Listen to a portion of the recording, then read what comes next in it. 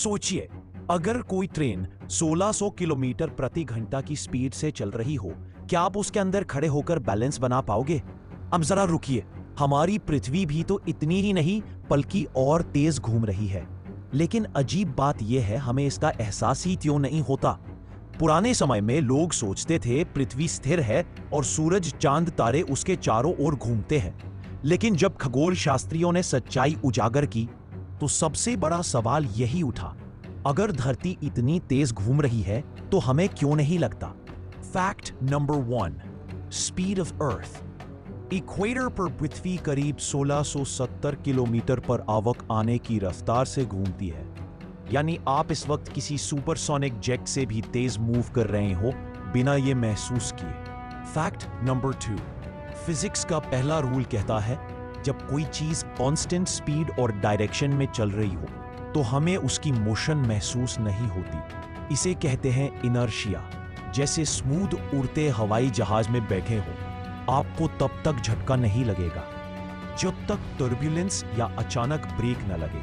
Fact number 3, atmosphere moves with us.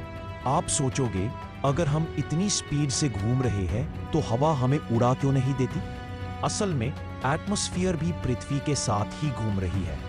यही कारण है कि हम उड़ नहीं जाते और हवा हमें शांत महसूस होती है।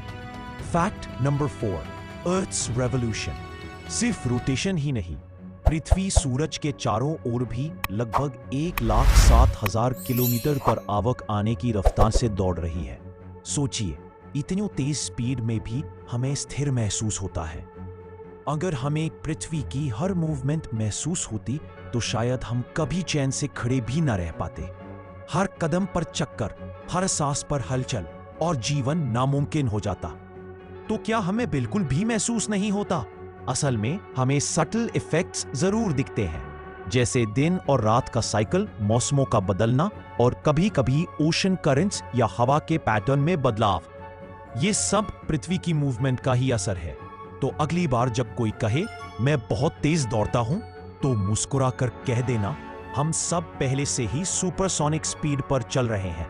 बस फर्क इतना है कि हमें इसका एहसास नहीं होता।